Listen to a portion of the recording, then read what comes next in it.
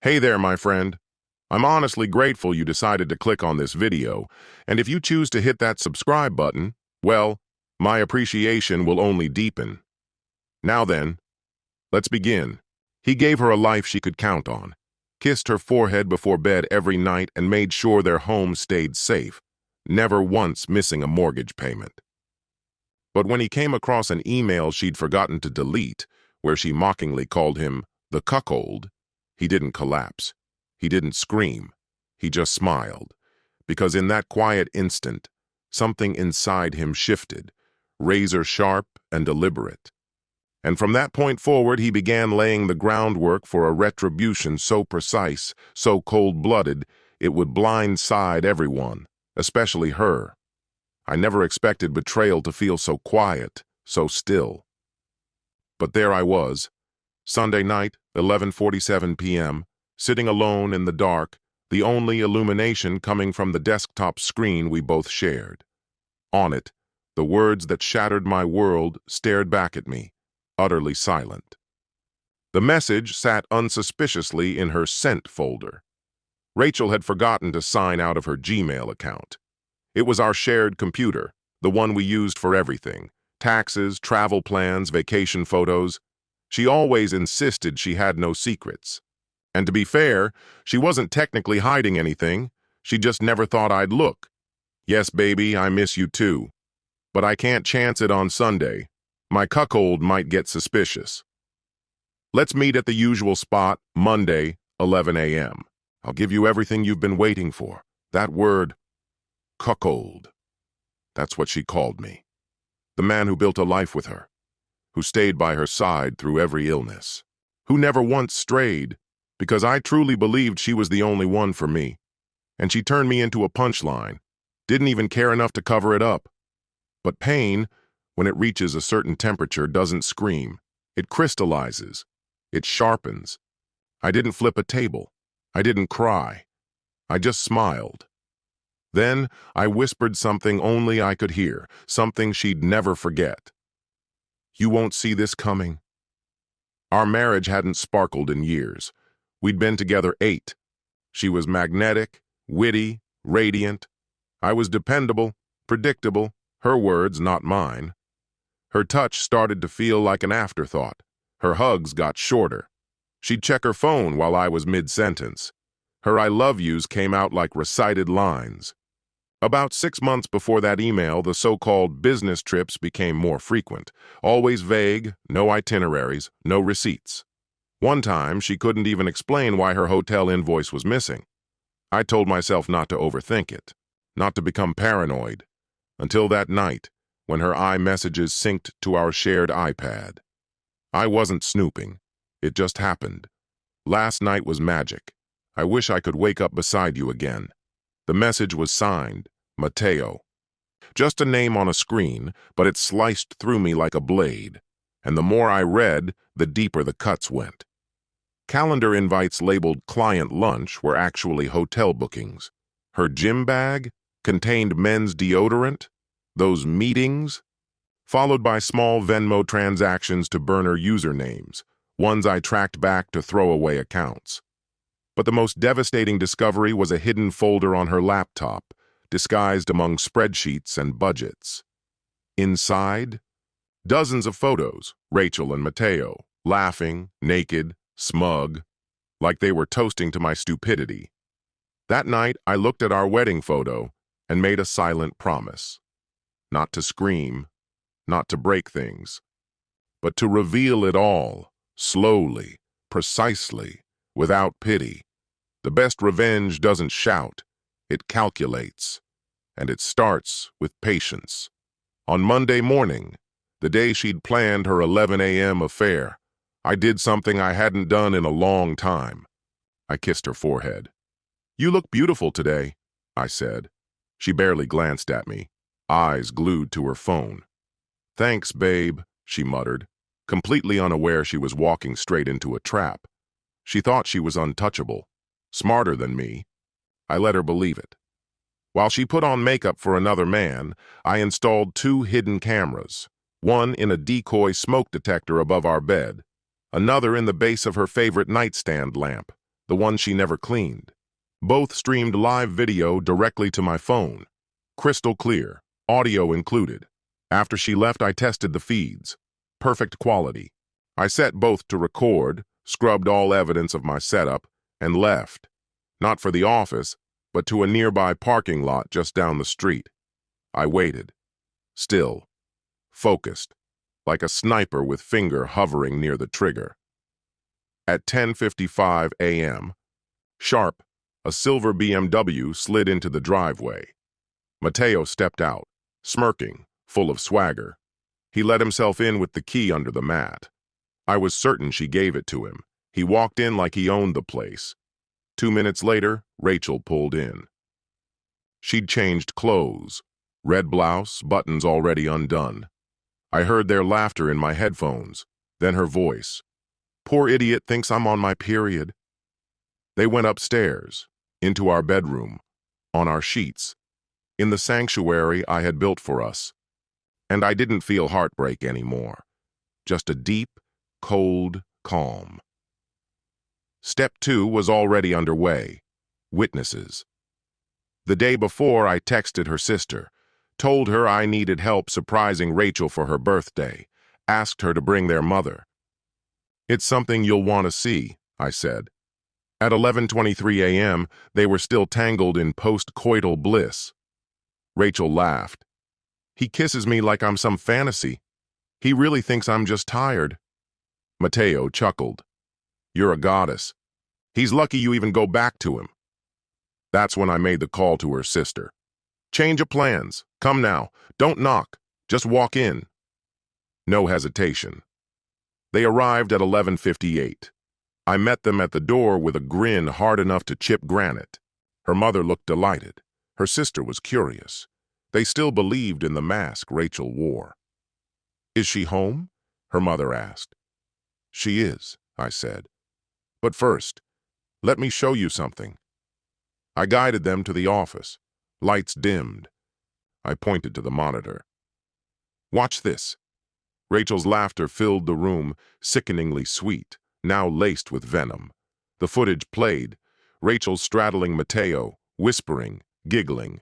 Then Mateo's voice, "He still thinks you're just tired. You're unreal at this." I didn't say a word. I didn't have to. Her sister gasped like she'd been punched in the gut. Her mother's voice trembled. "Oh my God!" The only sound in the room was Rachel's betrayal echoing from the speakers.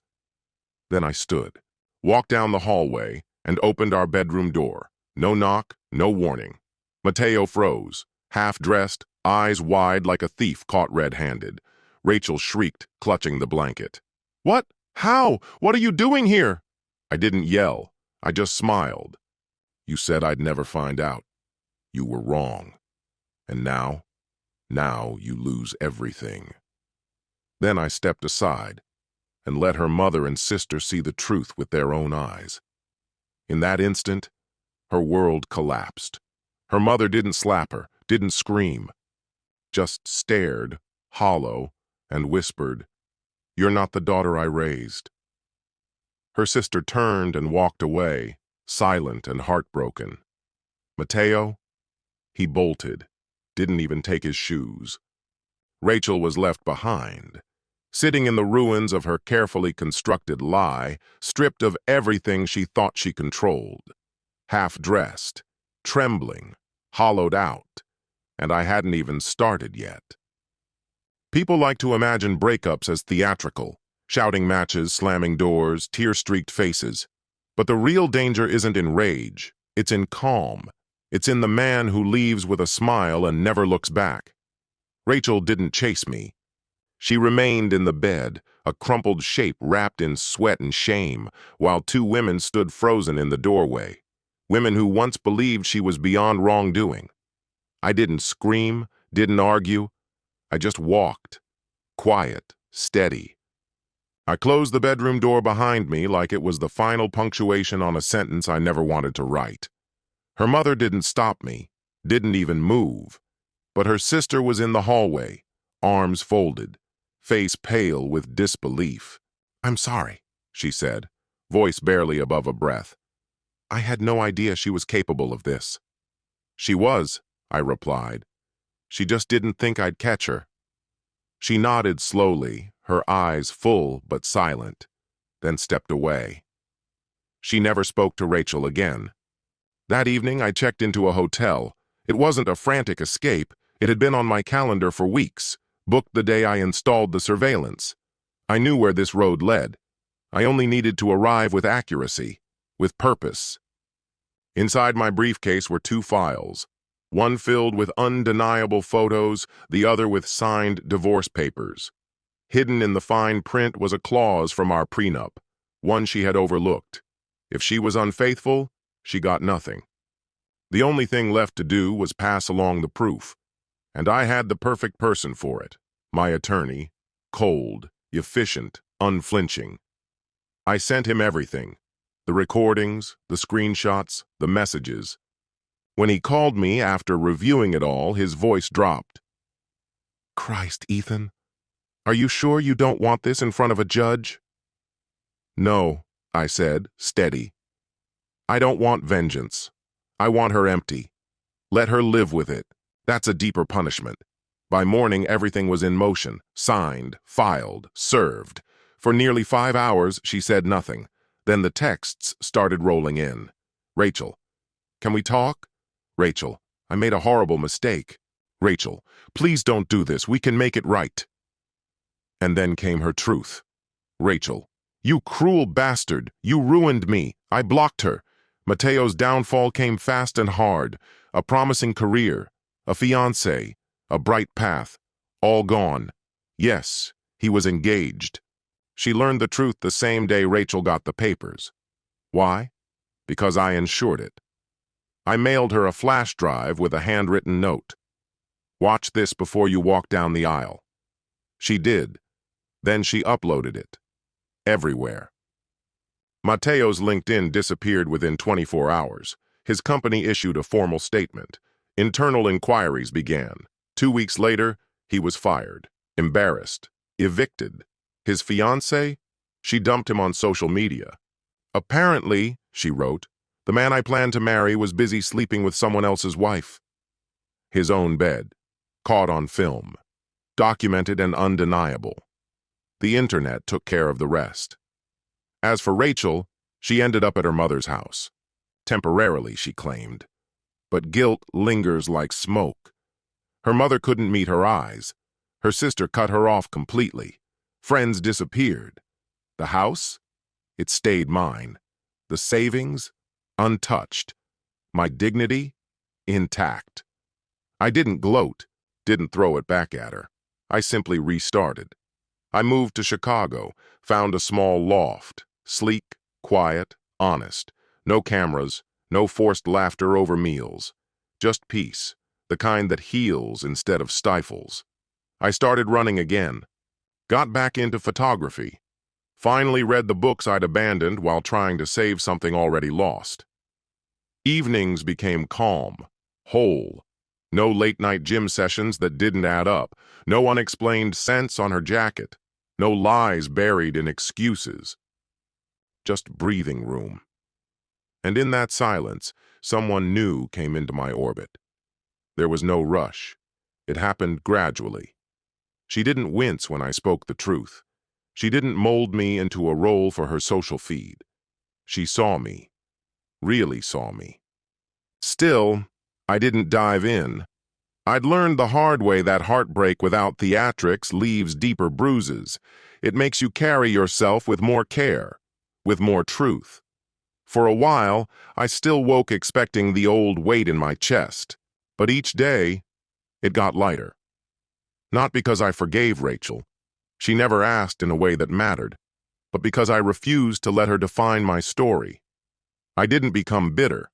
I became awake. Chicago suited me in a way the suburbs never did. I kept my circle close, ran daily, picked up freelance gigs. Better pay, no one watching the clock. My creativity returned. Evenings belonged to me again. No perfume on a stranger's jacket, no apps tracking her movements. No lies shaped as exhaustion. I wrote again. Personal essays, short stories, fragments of memory. I even considered compiling them under a pen name. Sharing the experience felt like transforming pain into something useful. I joined a weekend photography group, mostly older folks, warm smiles, easy laughter, and that's where I met her, not Rachel, Claire. She was a nurse, divorced, 2 kids, and a depth in her spirit that reminded me of an endless prairie sky. We didn't rush. We wandered. First coffees, then long walks with cameras slung over our shoulders, then text messages, snapshots of her day that reminded her of something I'd said, a ridiculous squirrel, a watercolor sunset, a quote taped to a bookstore door. One evening, Van Morrison playing softly and wine between us, I laid it all out. From the first suspicion to the last message. She didn't pull away, didn't patronize, just rested her hand on my wrist and said, "That's not who you are. That's just something that happened to you." And for the first time, I didn't feel ruined. I felt resilient, a man who walked through fire and emerged whole. News about Rachel reached me now and then. I never looked for it. It just came. Her mother asked her to leave after a few months, said the house felt heavy with regret. Her sister never spoke to her again. She tried reconnecting with old friends. No one answered.